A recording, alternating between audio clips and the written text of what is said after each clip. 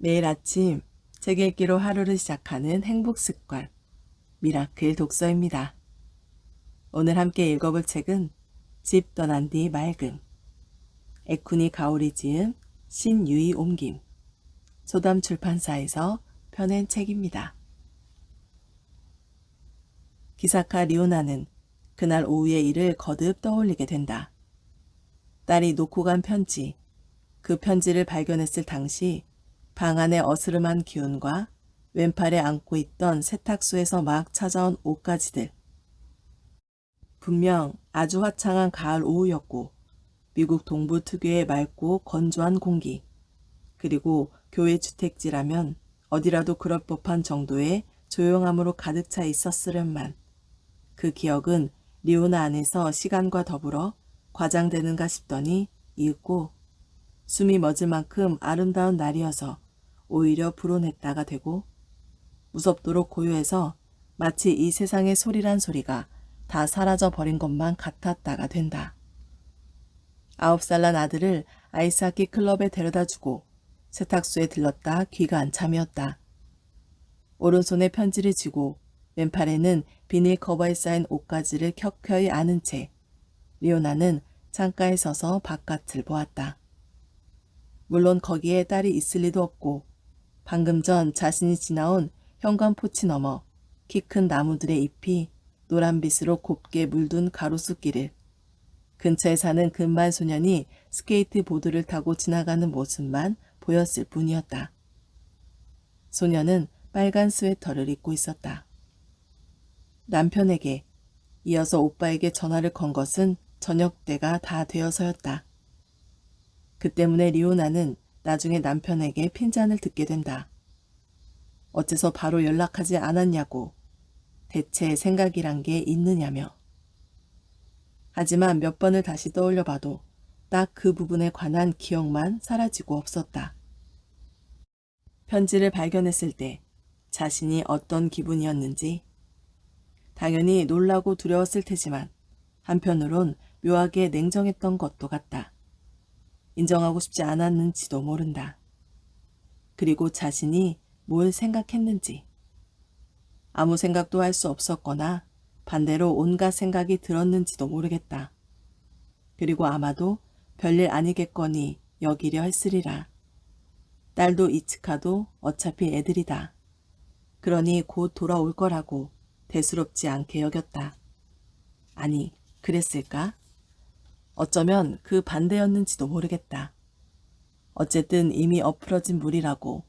그러니 소란 피워봤자 헛일임을 은연중에 깨닫고 있었던 것도 같다. 분명히 기억나는 건 편지를 발견하기 전에 자신이 했던 생각이다. 편지를 발견하기 전 리오나의 인생에 아직 딸이 있고 내 식구의 일상이 쭉 계속될 거라 믿어 의심치 않았던 나날의 마지막 순간에 했던 생각. 수요일에는 늘 그렇듯이 아들을 아이스하키 클럽에 데려다주고 세탁소에 들렀다 귀가한 후 내 집의 공기를 예사롭게 호흡하면서 나는 유발음에 문제가 있어. 리오나는 그런 생각을 한참 하던 참이었다. 나란히 놓인 두 침대 중 하나에 배를 깔고 누워 리세스 초콜릿을 먹으면서 레이나는 TV를 보고 있다. 옆 침대에는 사촌 언니인 이츠카 짱이 지도며 가이드북이며 시각표 따위를 쭉 펼쳐놓고 그 한가운데에 책상다리하고 앉아있다. 창밖은 뉴욕 소호. 이곳은 무척 세련된 호텔이다. 프런트 데스크는 작은 도서실 같은 곳에 있었고 복도에선 좋은 냄새가 났다. 객실 벽은 노출 콘크리트로 마감되어 있지만 침대는 아주 폭신폭신한 게 기분 좋다. 게다가 이불이며 베개며 모든 침구가 눈이 부실 정도로 하얗다. 맨해튼에서 가족끼리 여러 번 와봤지만 당일 침기가 대부분이었고 어쩌다 자고 갈 때 일본에서 손님이 왔을 때 좀 더 외곽에 자리한 크고 평범한 호텔에 묵었다. 다운타운 쪽이 확실히 재미있는데. 있잖아 이즈카 짱. 레이나는 사촌 언니에게 말해본다. 꼭 내일 출발해야 해? 응, 그래야 해. 사촌 언니의 대답은 쌀쌀 맞다. 여정을 짜느라 여념이 없는 듯 레이나에게 눈길 한 번 주지 않았다.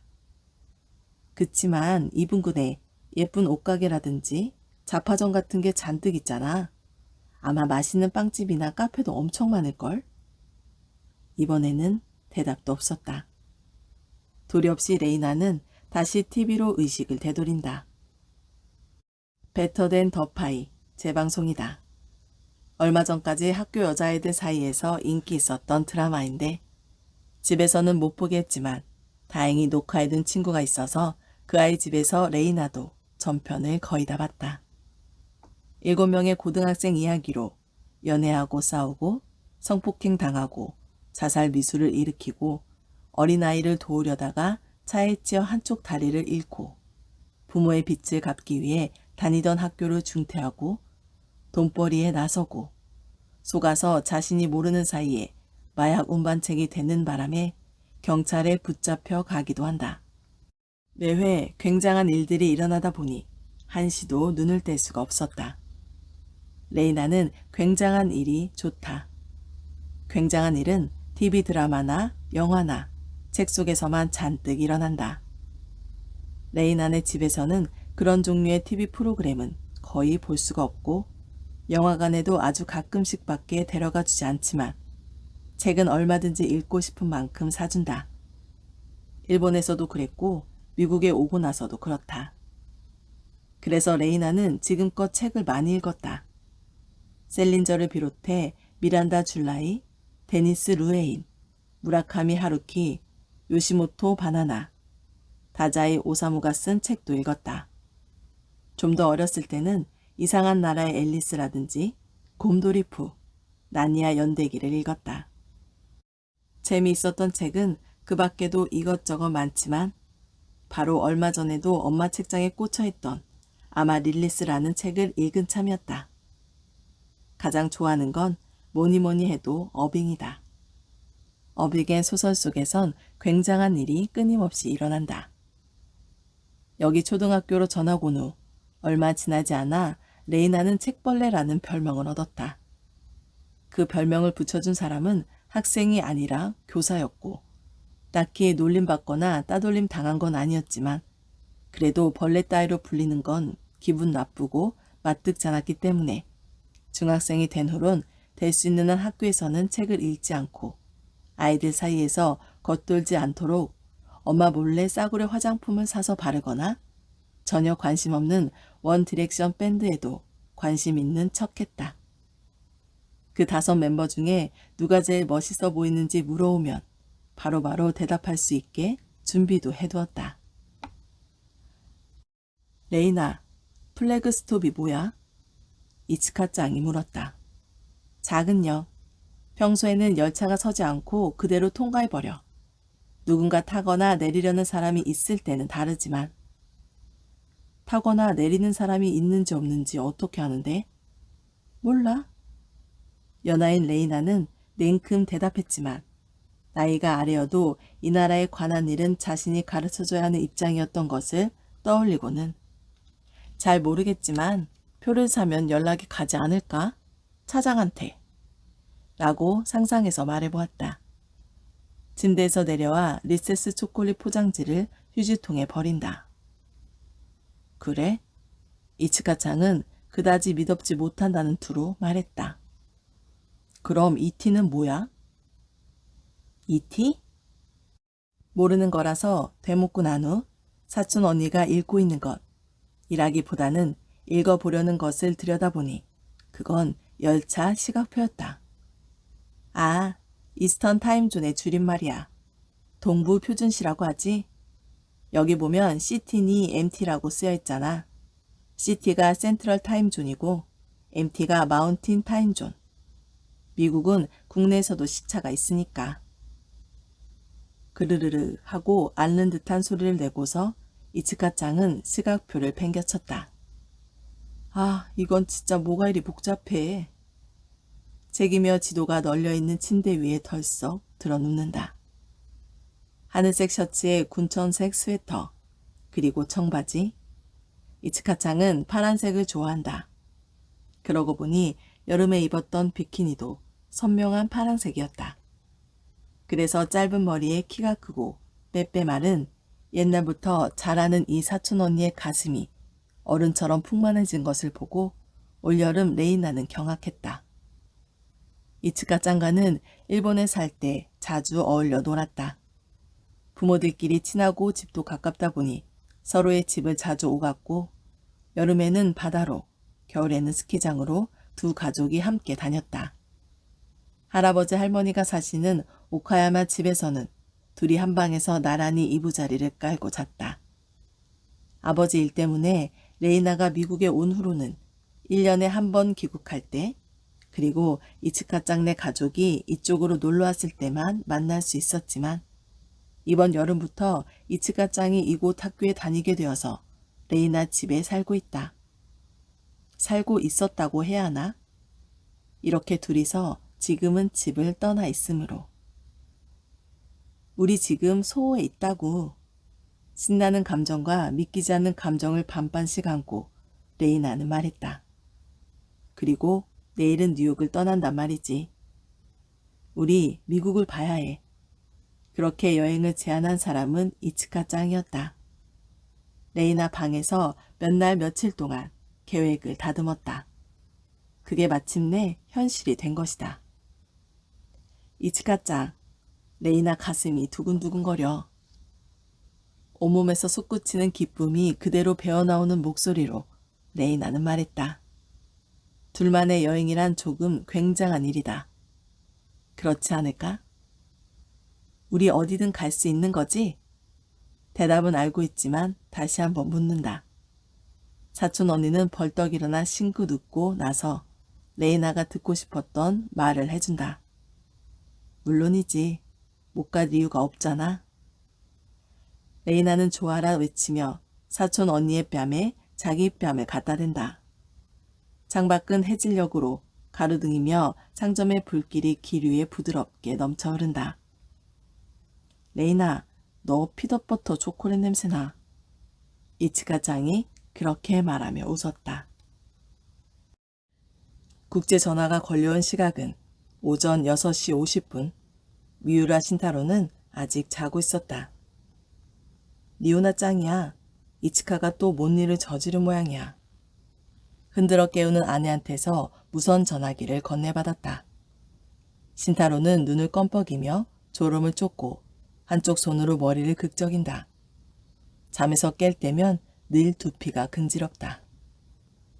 여보세요? 신 목소리가 나왔다. 신짱? 여동생의 목소리는 단조로웠다. 거긴 아침이겠네. 자는데 깨워서 미안. 그런데 이츠카가 없어졌어. 레이나를 데리고. 이해하는데 조금 시간이 걸렸다. 없어졌어? 곁에 서 있던 아내가 눈썹을 치켜 올리며 입을 삐쭉 내밀어 보인다. 응, 아마도. 여동생의 대답이 왠지 어설프다. 거실에 편지가 놓여 있었어. 레이나가 썼다는 그 편지를 여동생은 전화기에 대고 소리내어 읽었다. 이츠카 짱이랑 여행을 떠납니다. 가출은 아니니까 걱정하지 마시고요. 전화도 하고 편지도 쓸게요. 여행이 끝나면 돌아올 거예요. 러브 레이나. 신타로로서는 뭐가 문제라는 건지 알 수 없었다. 여행 가면 안 되는 거야? 여긴 미국이고 레이나는 아직 14살이거든. 리오나가 말한다. 집 근처 말고는 혼자 나다니게 한 적도 없어.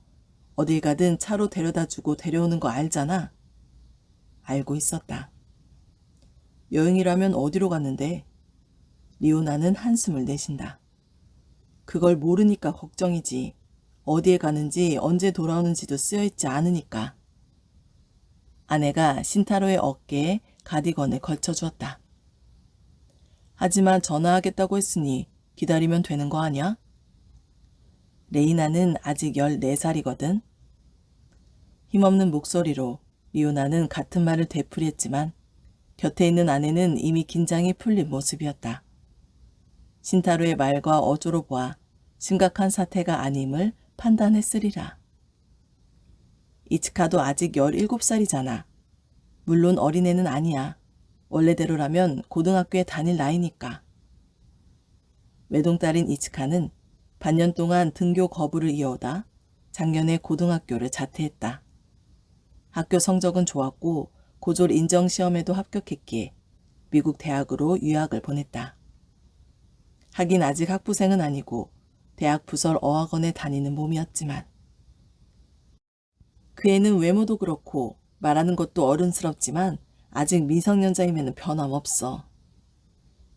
여동생이 이번 일을 이츠카에, 다시 말해 신타로의 책임이라고 여기고 있는 건 굳이 말하지 않아도 알 수 있었다. 여행을 떠날 거면 저 혼자 가면 됐잖냐고 여긴다는 것도.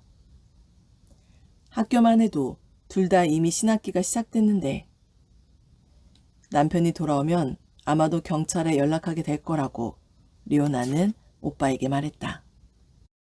여긴 이미 날이 저물기 시작했고 달리 어찌해야 좋을지 알 수 없어서라고. 신타로는 여동생 부부에게 폐를 끼치게 되었다며 사과했지만 이 시점에서는 아직 아이들의 안부에 대해선 거의 걱정하지 않았다. 걱정은커녕 이치가답다며 내심 유쾌하기까지 했다. 제법이지 않은가? 라고. 그러나 미우라 신타로 또한 여동생에게서 국제전화가 걸려온 이 10월의 아침을 하나의 분기점으로서 훗날 두고두고 떠올리게 된다. 전화를 끊고 아내를 찾았지만 보이지 않았던 것, 아내는 쓰레기를 버리러 나가고 없었다. 돌아온 아내와 둘이 아침을 먹었던 것, 이츠카가 레이나를 데리고 여행을 떠났다고 알렸지만 아내가 놀라지 않았던 것. 신타로도 아내도 젊은 시절엔 배낭여행족으로 여기저기 돌아다녔고 귀한 자식일수록 여행을 보내라는 속담이 옛날부터 아주 마음에 들었다. 거리는 완전히 어두워져 버렸다. 고급 델리카트슨의 창가 카운터석에 레이나와 나란히 앉아 이츠카는 지금 김초밥을 먹고 있다. 냉장 케이스에 진열되어 있던 그것은 선뜻하면서 청결한 맛이 났다. 우선 표를 사야 해. 델리카트슨 바로 앞이 버스 발착지인 포트 오소리티 터미널이다. 가이드북에는 당일에도 표를 구할 수 있다고 적혀 있지만 만석일 때도 있다기에 급한 여행은 아니라 해도 만일을 위해 우선 사두고 싶었다. 그리고 그런 자신이 소심하게 느껴졌다. 무계획적인 여행을 하자고 마음 먹었으면서. 맛있다. 새 모자를 쓰고 신이 난 레이나가 말했다. 호텔 옆 부티크에서 방금 전에 산 그 수수한 니트 모자. 그 니트 모자는 하얀 피부에 인형같이 어려 보이는 얼굴의 레이나에게 잘 어울린다. 여기 오이는 색깔도 그렇고 풍미가 허니듀 멜론 같네. 오이 김초밥을 하나 집어들며 이츠카가 말하자 그게 오이 아니야? 하고 레이나는 재미있다는 듯이 대답했다. 가출이나 다름없이 집을 나왔는데도 전혀 불안해 보이지 않는다. 이츠카는 물론 불안했다. 지금쯤 고문에는 틀림없이 걱정하고 있겠지. 일본 오이는 맛도 색도 좀 더 진하지. 이츠카는 그렇게 말하고 뜯지 않은 작은 간장 봉지를 살며시 집어 코트 주머니에 찔러 넣는다. 그랬나? 레이나는 일본 오이에 관한 기억을 아주 잊어버린 모양이었다. 포토 오소리티 터미널에는 밤에도 사람이 많았다. 건물 안은 형광등이 환하게 밝고 번잡스럽다. 너나 할 것 없이 걸음을 서두르는 탓인지 끔찍한 수화물마다 생활감이 묻어있는 탓인지 이츠카는 어쩐지 압도당하고 만다. 미국에는 유색 인종이 많구나. 물론 나도 그중 하나이지만 하는 생각이 새삼 든다. 이쪽. 레이나가 앞장서서 안내 표시를 도우미 삼아 에스컬레이터를 내려간다. 매표소는 지하에 있는 모양이다. 미국 유학은 고등학교를 중퇴해버린 딸을 위해 부모님이 마련해준 대안이었지 이츠카 스스로 원한 일은 아니었다. 그렇다고 딱히 일본에 있고 싶었던 건 아니고 미국 외에 달리 가고 싶은 곳이 있었던 것도 아니다. 요컨대 이츠카에게는 바람이라는 것이 없었다. 바라지 않는 것만 잔뜩 있다. 자신이 무엇을 어떻게 하고 싶은지 그건 몰라도 싫은 것만큼은 확실히 안다. 지금껏 살아오는 동안 이츠카에게 놓였던 것들은 이를테며 학교이고 연애이고 여자아이들이었다. 살찌는 것도 친구와 수다 떠는 것도 글짓기며 일기 쓰기도 노였고 친구네 집에 가서 자는 것도 친구가 집에 놀러와서 자는 것도 록 콘서트장에서 다 같이 열광하는 것도 노였다. 긴 전화통화도 즉각적인 답신이 의무와도 같은 모바일 메신저도 담배도 화장도 사진 찍히는 것도 억지 웃음을 짓는 것도 그런 웃음을 보는 것도 전부 노였다. 헤아리자면 한도 끝도 없는 그 노 속을 이츠가는 간신히 살아남아왔다. 그것은 피곤하기 짝이 없는 일이었기에 17살이 어리다는 건 알지만 이츠카는 가끔 자신이 노인 같다고 느꼈다. 표는 바로 살 수 있었다. 창고에서 담당 직원과 묻고 답할 필요도 없이 발매기에서 간단히. 어째서 옆집 부부가 와 있는지 알 수 없었다. 에드워드와 앨리스 벌링턴 부부는 선량한 사람들이지만 이래서야 마치 옆집 사람이 달려와야 할 만큼 심각한 사태가 이 집에서 일어난 것 같지 않은가? 언제 온 거야? 그 사람들을 가리키며 아내 리오나에게 일본어로 슬며시 물었더니 아까 경찰차 왔을 때 라는 대답이 돌아왔다. 기사카 우루는 영 맞듣잖다. 에드워드가 어깨를 두드리며 위안의 말을 건네는 것도 앨리스가 커피를 권하는 것도 신고를 받고 바로 와주었지만 30분도 안 돼 돌아간다는 경찰 둘이 하나같이 애들처럼 어려 보였던 것도 현재로선 사건성이 없다는 둥 의례적인 말만 했던 것도 사건이 되고 나선 늦으니까 신고한 것인데 순찰 차량에는 연락을 해두었으니까요.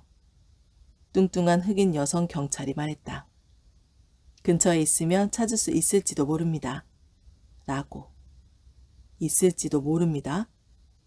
우루가 성난 기색을 드러내자 여성 경찰은 목을 움츠리며 양 어깨를 으쓱해 보였다. 태연한 표정이었다. 눈꽃만큼도 걱정하는 것처럼 보이진 않았고 진심으로 찾으려 하는 것 같지도 않았다. 편지 보셨죠? 내용도 설명했고요. 그 애들은 상책 나간 것이 아니라 더 멀리 가려고 하는 겁니다. 더구나 하나이는 돈을 갖고 있어요. 부모의 신용카드도. 지금쯤 암트랙을 타고 있을지도 모릅니다. 아니, 점심 무렵부터 안 보였으니 이미 다른 도시에 가 있을지도 모른다고요. 여성 경찰은 또다시 목을 움츠렸다. 어쩔 도리가 없다는 듯이. 필라델피아에 있을지 볼티모어에 있을지 누가 합니까? 우루는 말을 이어갔다. 나이아가라. 그래, 나이아가라일지도 몰라. 전에 가족끼리 다녀온 적이 있어요. 폭포를 보러. 거긴 관광객들 천지라서 일본 애들이 있다 한들 눈에 띄지 않고 다리 하나만 건너면 바로 캐나다예요. 거기라면 걸어서 국경을 넘을 수 있다는 걸 레이나는 알고 있습니다. 저희도 알고 있습니다. 그렇게 말하는 여성 경찰의 지극히 침착한 어조에 우르우는 화가 났지만 자신의 요구가 지나치다는 것도 알고 있었다. 막연한 추측에 의미가 없다는 것도 만약 이츠카가 서해안행 항공권을 구입했다면 아니면 플로리다행 디즈니랜드건 월드건 그런 곳을 목표 삼아 선생님, 남미계로 보이는 생김새의 체격이 왜속한 남성 경찰이 끼어들었다. 걱정하시는 마음은 알겠습니다. 또다시 위노우였다. 하지만 저희로서는 오늘 밤 이 이상 할 수 있는 일이 없습니다. 우루도 실은 알고 있었다. 알면서도 마냥 손을 놓을 수 있을 수 없어서. 딸아이는 아직 14살입니다. 하고 매달리는 심정으로 말했다. 알고 있습니다. 좀 전에 말씀해 주셨으니까요. 하지만 따님은 혼자가 아니라 사촌 언니와 함께이고 현재에는 달리 방법이 없었다. 찾게 되면 바로 보호 조치하고 연락드리겠습니다. 남성 경찰이 그렇게 말하고 돌아가려 했을 때 의로로서는 어이없게도 여성 경찰이 선체로 커피를 마시고 있었다. 선생님, 현관 입구에서 남성 경찰이 돌아보았다. 한 가지 조언을 드려도 되겠습니까? 따님이 하루빨리 돌아오길 바라신다면 신용카드를 정지시키세요. 그 왜소한 남미계 젊은이는 그렇게 말하고 바람둥이 같은 미소까지 여유롭게 흘렸다. 괜찮아요. 또다시 앨리스가 우르의 등에 손을 얹으며 말했다. 이츠카가 함께 있고 레이나는 순수하고 착한 아이니까요. 틀림없이 곧 돌아올 거예요. 소파에는 리오나와 에드워드가 나란히 앉아있고 그 맞은편 팔걸이 의자에는 옆집의 테리어무를 무릎에 앉힌 채 아들 유주르가 얌전히 앉아있다. 그것은 레이나의 부재를 구체적으로 결정짓는 광경이었다. 평소 같으면 옆집개를 안고 놔주지 않는 건 레이나였고 유주르가 이렇게 얌전한 건 어디가 아프지 않는 한 있을 수 없는 일이므로. 유주르.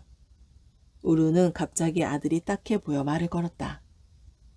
걱정할 거 없으니까 넌 이제 올라가서 자렴. 8시에 일어날 예정이었는데 레이나가 눈을 떴을 때는 7시도 되기 전이었다.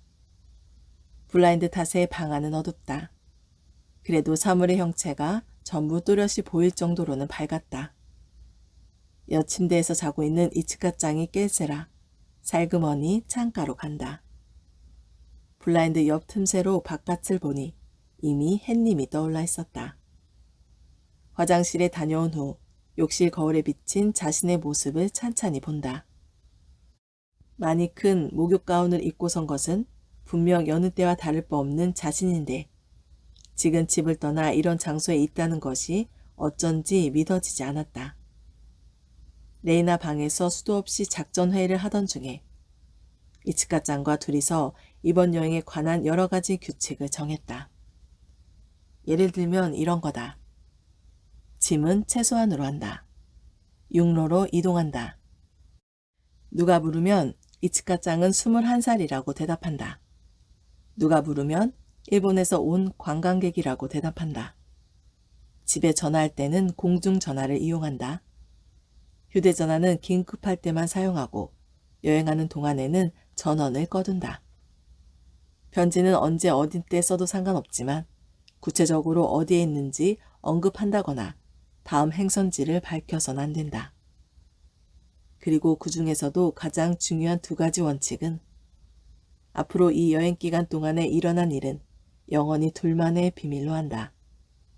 만약 도중에 돌아가고 싶어지더라도 여행이 끝날 때까지는 절대 돌아가선 안 된다. 라는 것이었다. 여행은 즐거웠지만 규칙을 떠올릴 때면 레이나는 조금 긴장이 된다.